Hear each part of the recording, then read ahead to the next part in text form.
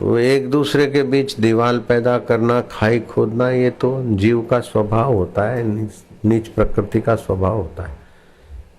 लेकिन चाहे 1000 जगह से उसके लिए खाई खोदो, लेकिन कभी भी गुरु शिष्य के बीच खाई खोदने की गलती नहीं करना चाहिए।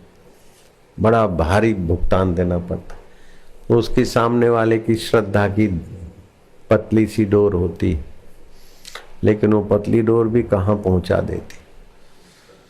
किसी का सिर टूट जाए, हाथ टूट जाए, पैर टूट जाए, अपने से तो गलती हुई, पाप तो है, लेकिन उससे भी बड़ा पाप है कि हमारे व्यवहार से किसी की श्रद्धा टूट जाए, तो बहुत बड़ा भारी पाप। मैं किसी का हाथ तोड़ दूं, किसी का पैर तोड़ दूं, सिर तोड़ दूं, ये अपराध तो मैं मानता हूं, लेकिन मैं किसी की श्रद्धा तोड़ दूं तो ये जघन्य अपराध है। श्रद्धा गई तो बचा क्या?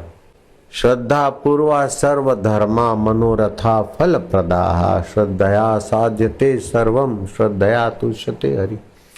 अभी आपको 2-2.5 घंटे इंतजार कराया तो श्रद्धा रूपी माता ने करवाया, और वो 2.5 घंटे आपकी तपस्या में गिने गए तो श्रद्धा माता का ही तो सहयोग था।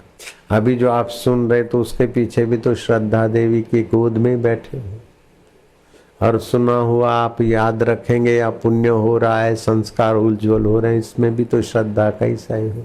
श्रद्धा बिना धर्म न होई, रामायण में आता है। श्रद्धा के बिना कोई धर्म कर्म सफल ही नहीं होता।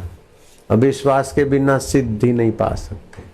भाव, श्रद्धा, विश्वास, इसका फर्क समझ लो।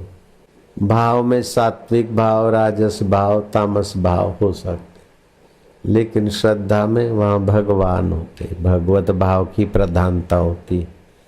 जिसको देखा नहीं है, अनजाना देश है, अनमिलापिया है, उसके लिए स्वीकृति, इसका नाम है श्रद्धा। और श्रद्धा ऐसी कि बस पक्की श्रद्धा हो जाए तो वही विश्वास बनता है। दृढ़ श्रद्धा विश्वास हो जाता है। व्यवहार में भी श्रद्धा चाहिए। 1000 बच्चे हैं तो स्कूल के बोर्ड की परीक्षा में 1000 बच्चे बैठते, तो सबको पता है 1000 के 1000 पास नहीं होते, 900-800 पास होते, तो सब 1000 काय को बैठे, 800 ही बैठो, तो उसमें से भी कम हो जाए। सभी ऐसा मानते मैं पास हो जाऊंगा तभी गाड़ी चलती।